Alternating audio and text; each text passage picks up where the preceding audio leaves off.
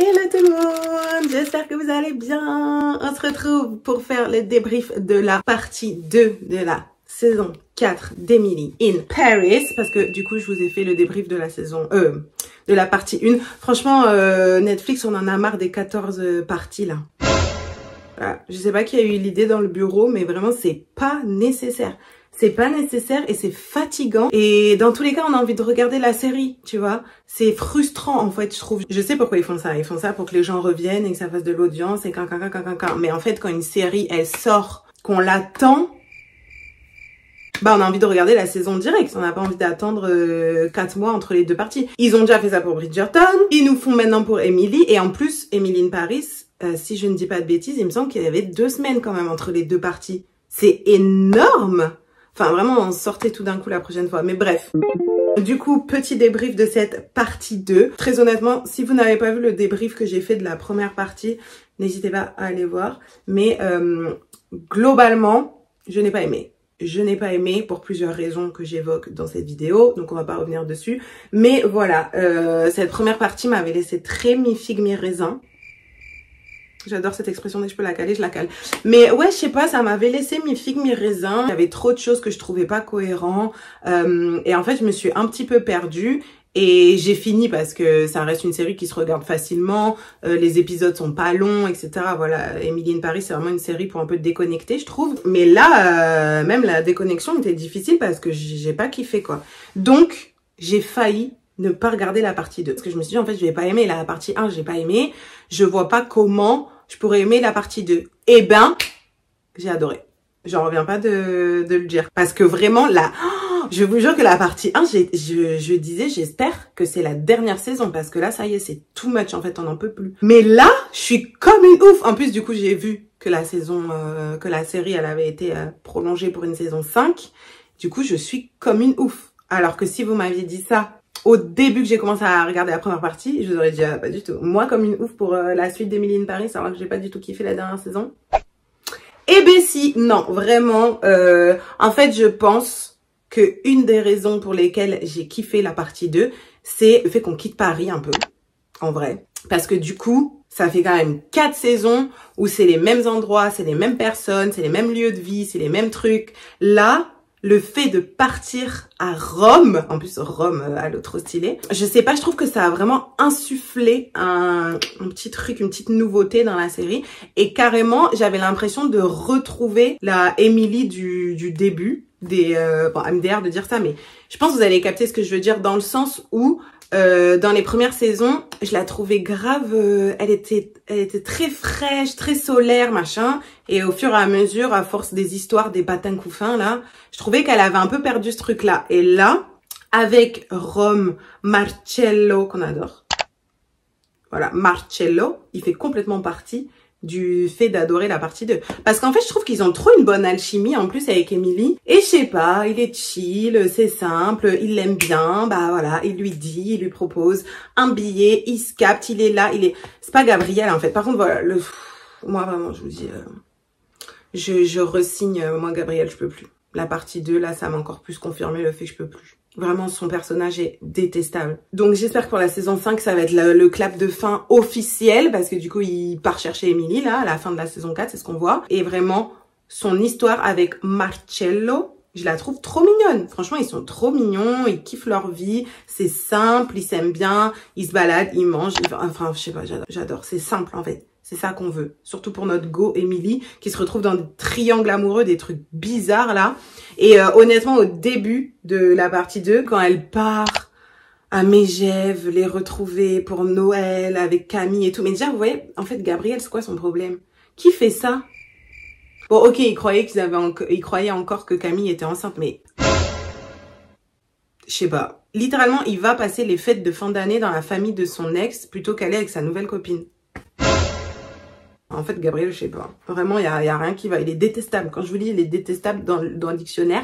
À côté de détestable, on peut rajouter la photo de son personnage. Vraiment, je vous jure, ouais. Donc, au début, je me suis dit, allez, c'est reparti. On va se retaper. Encore une fois, 14 épisodes sur Emily, Camille et Gabriel. Heureusement, ça n'a pas été le cas grâce à Marcello, qui est arrivé sur les pistes de ski pour venir sauver Emily. Ça lui a fait un peu réaliser que son mec c'était un tocard quoi. Et même le petit frère de Camille, quand il lui dit ouais t'es la maîtresse en gros. C'était un peu fort de café, surtout venant de sa part. Mais si ça a permis à Emily de réaliser stop quoi. Triangle amoureux c'est plus possible donc...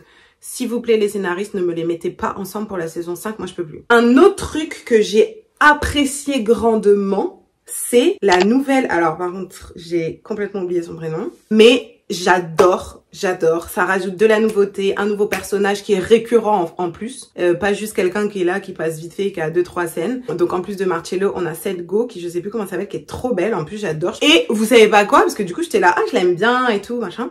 Et du coup, je suis allée voir qui c'était l'actrice. Bah, c'est la fille de Luc Besson. C'est pas une dinguerie.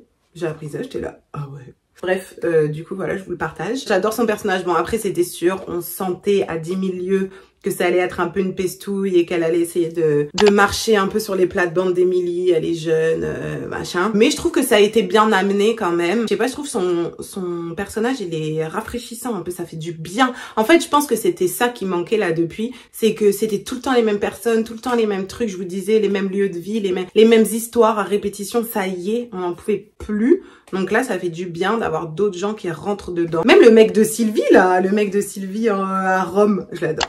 Par contre, il y a un truc qui change pas, c'est que Sylvie, ça reste ma reine, genre. Heureusement qu'elle est là. Vraiment, j'adore cette dame, j'adore sa personnalité, j'adore son personnage, vraiment. Sylvie, 10 sur 10. Alors, par contre, un truc que j'ai pas kiffé, c'est la séparation de Mindy et Nico. Je crois qu'il s'appelle comme ça. Hein. Je vous jure, j'ai trop un problème avec les prénoms. Mais ouais, la séparation Mindy et Nico. En plus, pour ceux qui ont regardé le débrief de la partie 1, je disais, s'il vous plaît, ne me les séparez pas. C'est le seul couple que je kiffe et tout. Bon, maintenant, on a Emily et Marcello, mais Marcello n'existait pas encore dans la partie 1. Et je disais, purée, surtout eux, gardez-les moi, je veux pas qu'ils se séparent. Bon après voilà, ça on l'a un peu senti aussi à 10 000. Mais du coup j'aurais bien aimé que non, tu vois. Dans le sens où on était un peu en mode, oulala, il y a un moment donné où ça va finir par péter, où ça va le gonfler de voir Mindy toujours avec son ex quoi. Et j'aurais bien aimé que non, qu'il nous surprenne, qu'il soit grave là pour Mindy. Mais non, il a agi lui aussi comme un tocard en vrai. Mais du coup, est-ce que c'est ce qui va nous amener vers la nouvelle ère de Mindy aussi? Parce qu'à la fin, c'est ce qu'elle dit, hein.